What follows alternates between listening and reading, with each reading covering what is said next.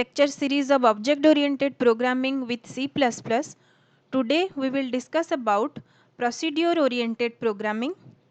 So conventional programming language like C, common business oriented language, formula translator language or Fortran, COBOL are included under procedure oriented programming.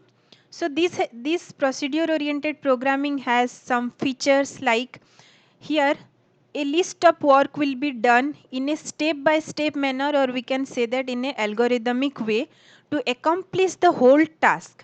To accomplish the whole task, it will follow one algorithmic step.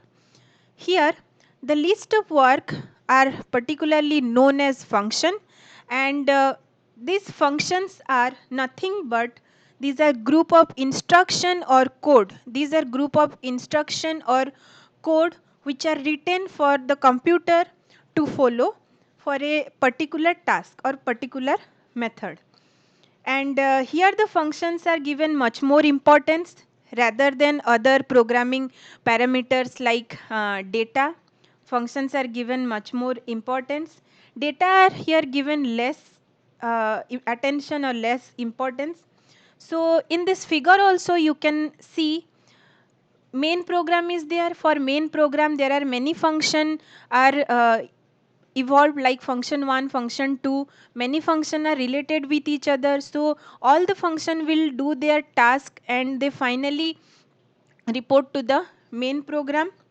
And basically this procedure oriented programming is a top to down approach. So here in this figure also you can see it is a top to down approach, and or we can analyze that it is a hierarchical way of representation where many functions are doing their activity to complete the whole task. So this procedure oriented programming language is very simple, and some programs are less complex. Less complexity are there in some programs.